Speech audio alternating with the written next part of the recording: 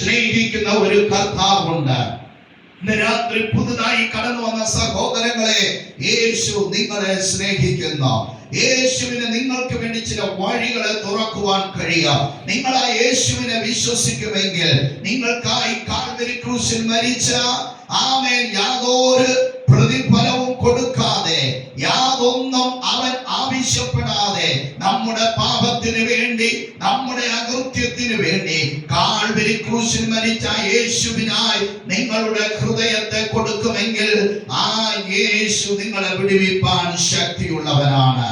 ഇന്ന് രാത്രി ആദ്യ സ്നേഹം എവിടെയാണ് നഷ്ടപ്പെട്ടു പോയത്? അതുകൊണ്ട് തിരുവെഴുത്ത് പറയുന്നത്, വിവാഹം കഴിച്ച നാളിലെ സ്നേഹവും യവനത്തിലെ ഭക്തിയും ഞാൻ മറന്നു കളയുന്ന ദൈവമല്ല. നീ ദൈവഭാഗത്ത് വന്ന നാളിൽ ദൈവത്തോട് ചെയ്ത ഉടമ്പടികൾ ദൈവം മറക്കുന്നവനല്ല.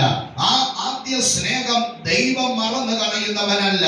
അതുകൊണ്ടാണ് പറയുന്നത്, ഞാൻ നിത്യ സ്നേഹത്താൽ നിന്നെ സ്നേഹിച്ചിരിക്കുന്നു, എന്റെ ദയ നിനക്ക് ദീർഘമാക്കിയിരിക്കുന്നു. പക്ഷെ പലപ്പോഴും നാം ആ ദൈവ സ്നേഹത്തിൽ നിന്ന് അകന്നു പോയിട്ടില്ലേ?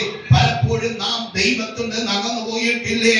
ദൈവത്തെ സ്നേഹിപ്പാൻ കഴിയാതെ, ദൈവത്തിന്റെ ഇഷ്ടം ചെയ്യാതെ പലപ്പോഴും നാം ദൈവ സ്നേഹത്തിൽ നിന്ന് അന്യപ്പെട്ടു പോയിട്ടില്ലേ? എന്നാൽ ഇന്ന് രാത്രി ദൈവത്തിന്റെ ആത്മാവ് ദൈവസഭയെ ഉണർത്തുന്നത്, ആദ്യ സ്നേഹത്തിലേക്ക് ദൈവജനമൊന്ന് മടങ്ങി വരട്ടെ. ആദ്യ സ്നേഹത്തിലേക്ക് ദൈവജനം ഒന്ന് മടങ്ങി വരട്ടെ. ആദ്യ അനുഭവത്തിലേക്ക് ദൈവജനം ഒന്ന് മടങ്ങി വരട്ടെ. ആദ്യ പ്രവൃത്തിയിലേക്ക് ദൈവസഭ മടങ്ങി വരട്ടെ. എന്താണ് പ്രവൃത്തി? നമ്മുടെ പ്രവൃത്തി പൂർണ്ണതയുള്ളതായിരിക്കട്ടെ. നമ്മുടെ പ്രവൃത്തി അത് ദൈവത്തിന് പ്രസാദകരമായിരിക്കട്ടെ. നമ്മുടെ പ്രവൃത്തിയെ കാണുന്ന ഒരു കർത്താവുണ്ട്. അവന്റെ കയ്യിൽ ഒരു തുലാസുണ്ട്.